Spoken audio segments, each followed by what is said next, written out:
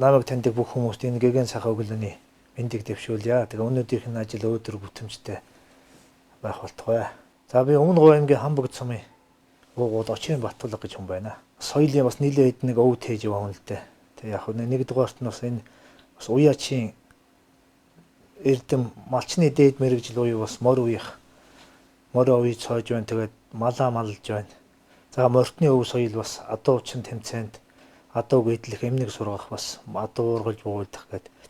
Тэгээд бас дээр нь бас уртын дууны соёлын өв тээгч гэж нутаг орондоо бас дуулагдаагүй нь бас урт гээгдэж хаягдж байгаа бас уртын дуунуудыг бас сэргээн дуулж байгаа. За яг өөрийнхөө хэмжээнд бас нэг үндэсний хөгжим нэг өөрийнхөө хэмжээнд бас тоглодог. Амгалан нуранда хосон гинада Аллаг дэлхий чамтаа нэгэн голом тусгээ Айлгэрийн хойморт хүүхдийн дуу цангана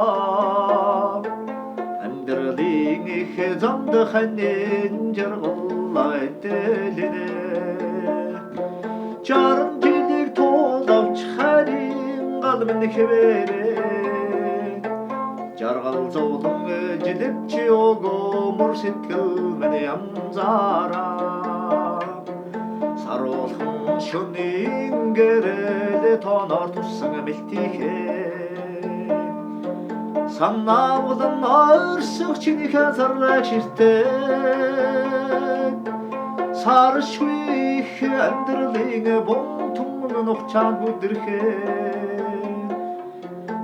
Сэтгэлдээ миний хан түшээ давах хаваалгүй Жаран жилиг туулавч харин галмын хэвээрээ Жаргал зовлон жилэгч өгөөмөр сэтгэл минь янзаараа Манай нутагт нэг Говь Шанхын 3 дуу гэж байдیں۔ Тэгээд тэр дууг 2018 онд бас өндөр энэ ус гэж нэг дуу бичүүлээд юу яасан. Тэгээд энэ жил энэ Хонгор шарга гэдэг энэ уртын дуу. Энэ бол манай нутагт Говь Шанхын үүдэлтэй дуу л да. Тэгээд манай дуулдаг байсан. Тэгээ энэ сүүл үед дуулагддаг хаягдсныг дуу сэргэн дуулсан. Тэгээ энэ дуу бол бас нэг домог түүх нь бол бас нэг тодорхой босол байгаа л да.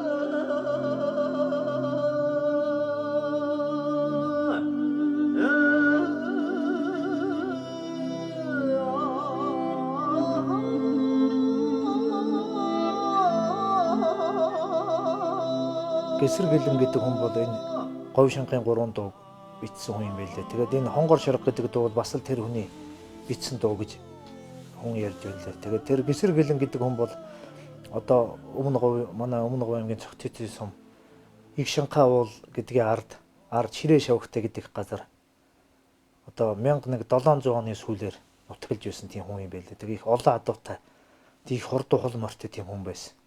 Тэгээд тэр хүн нөгөө манжийн дарлалын үед нутаг орнд нутаг ордынх нь ардуудыг нэгэн хужаа дээрлэхэд бахаар нь одоо дарлаад бахаар нөгөө нутаг орныхоо ардуудыг өмөрөөд тэгээд тэр хужаагийн бас амь насыг бүрлэгчээд тэгээд хэргийн газараас одоо мултрах тийм арга сэдв нөгөө хурдуу холмороо барьж унаад тэгээд тэр хурдуу холморын бас барьдаг морин ч бас тусгай байсан юм шиг байгаа. Тэр өндөрийн үсгэд дууны үгэн дээр гардыг нөгөө дэмиж мориороо барьсангүй дэмчгэн чээрээр гинтгэн дайраа барилаа да гэж. Тэгээ хол мороо барьж унаа. Тэгээд нар баруур нэлээ хэвиж явахтал одоо тэр Говь Шанхын уулаас нааша дахиад тэгээ даа хүрээ гэдэг дээр ирж өглөө нэг шөнийн дотор л одоо туулаад. Тэгээд энэ даа хүрээ дээр өглөө ирд нэг ялахгүй хэрэг тариад.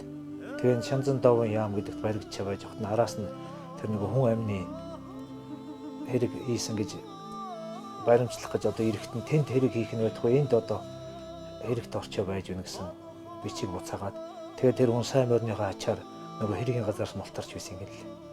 Тэгээд нутаг орондоо очиод аж төрж амьдарч байж байгаа. Тэгээд нэг холын аянд явах гад мор дотор нөгөө богцоо мартчихад тэгээд тэр богцоо авах гад гэрт ортол нөгөө морин чулбуур бариатайгаа орж илдэ.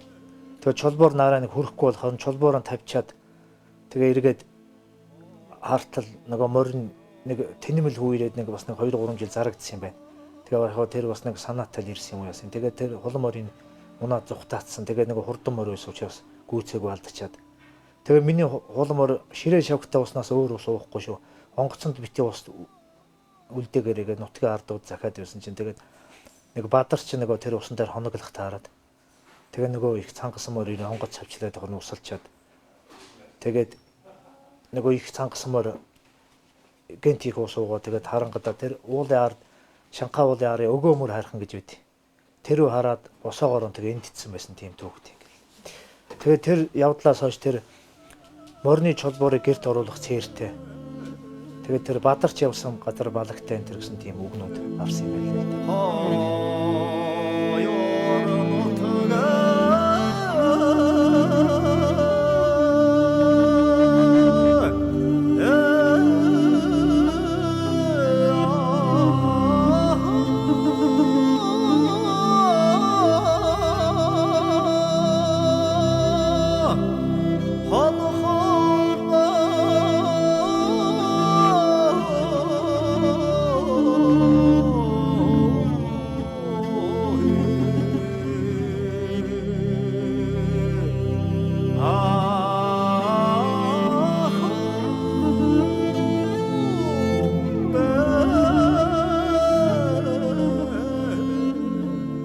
Нутаг оронд ганц нэг бас дуулагдаагүй уртын дуу байгаа. Тэрийг яг бас дуулах санаатай байгаа. Тэгээ ерөнхийдөө яг би бол ерөнхий өөрийнхөө хоббигоор л явна л дээ. Тэгээ яг хоббигоо хөгөөл явна. Тэгэхээс би нэг хэн нэгэн таалагдах гад эсвэл нэг алдар нэр олж явах гад би ингээд яваад байгаа юм биш. Намайг бас дэмждэг нутгийн сайхан зон олон найд нөхдүүд сайхан гэр бүл ах トゥ нар нь байна. Тэгээ тэдний итгэлийг алдахгүй тул ингээд хөдөлмөрлж л явна л та. Өөрөө мэдлгүй аялал явдаг шүү дээ. Уртын дуу юм байнга л өдөөч мал хойдоо явах та. Морин дээр ч юм уу цэгэлдээ тэр. Сайхан эдэлтэй байнга л ер нь ам хавьдаг л явдаг тоо явдаг. За ингээ өглөө хөтөлбөртөө хамт байсан үзэг та бүхэнтэй бас маш их баярлалаа.